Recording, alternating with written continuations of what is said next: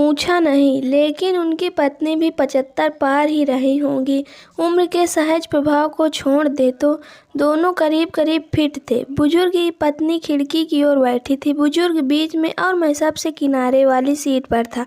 उड़ान भरने के साथ ही बुजुर्ग की पत्नी ने कुछ खाने का सामान निकाला और बुजुर्ग की ओर किया। बुजुर्ग कांपते हाथों से धीरे धीरे खाने लगे। फिर फ्लाइट में जब भोजन सर्व होना शुरू हुआ तो उन लोगों ने राजमा चावल का ऑर्डर किया। दोनों बहुत आराम से राजमा चावल खाते रहे। मैंने पता नहीं क्यों पास्ता ऑर्डर कर दिया। खैर, मेरे साथ अक्सर ऐसा होता है कि मैं जो ऑर्डर करता हूँ मुझे लगता है कि सामने वाले ने मुझसे बेहतर ऑर्डर किया है। अब बारी थी कोल्ड ड्रिंक की। पीने में मैंने कोक का ऑर्डर दिया था। अपने कैन के ढक्कन को मैंने खोला और धीरे धीरे पीने लगा।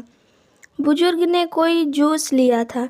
खाना खाने के बाद जब उन्होंने जूस की बोतल के ढक्कन को खोलना शुरू किया तो ढक्कन खुल ही नहीं रहा था।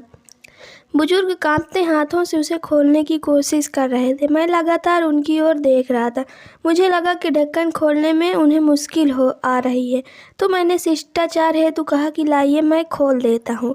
बुजुर्ग ने मेरी ओर देखा, फिर मुस्कुराते हुए कहने लगे कि बेटा, ढक्कन तो मुझे ही खोलना होगा। मैंने कुछ पूछा नहीं, लेकिन सवाल भरी निगाहों से उनकी ओर देखा। यह देख बुजुर्ग ने आगे कहा, बेटा जी, आज तो आप खोल देंगे, लेकिन अगली बार कौन खोलेगा?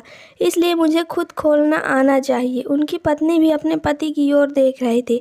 जूस की बोतल का ढक्कन उनसे अभी भी नहीं खुला था, पर वो बुजुर्ग लगे रहे और बहुत बार कोशिश करके उन्होंने ढक्कन खोल ही लिया। दोनों आराम से जूस पी रहे थे।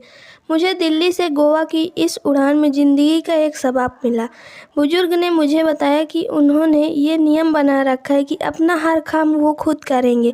घर में बच्चे हैं, भरा पूरा परिवार है, सब साथ ही रहते हैं, पर अपनी रोज़ की ज़रूरत के लिए वे सिर्फ अपनी पत्नी की मदद ही लेते हैं, बाकी किसी की नहीं। वो दोनों एक दूसरे की ज़रूरतों को समझते हैं। बुजुर्ग ने मुझसे कहा कि जितना संभव अपना काम खुद करना चाहिए। एक बार अगर काम करना छोड़ दूंगा, दूसरों पर निर्भर हुआ, तो समझो बेटा कि बिस्तर पर ही पड़ जाऊंगा।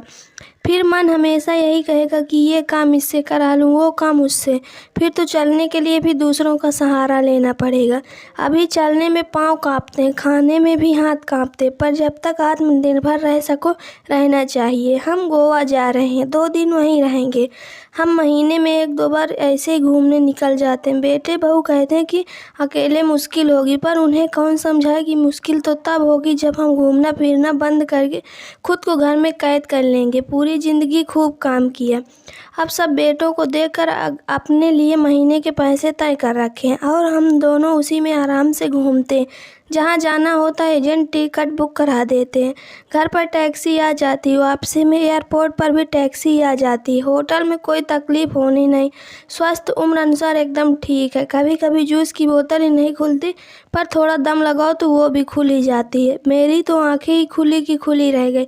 मैंने तय किया था कि इस बार की उड़ान में लैपटॉप पर एक पूरी फिल्म देख लूँगा, पर यहाँ तो मैंने जीवन की फिल्म ही देख ली। एक वो फिल्म जिसमें जीवन जीने का संदेश छिपा था। जब तक हो सके आत्मनिर्भर रहो, अपना काम जहाँ तक संभव हो स्वयं ही करो। तो दोस्तों, अगर आपकी कहानी ज़रा सी भी पसंद आई तो प्लीज़ वीडियो को लाइक कीजिए, चैनल को सब्सक्राइब कीजिए और हमें कमेंट करके बताइए कि आपको कहानी कैसी लगी।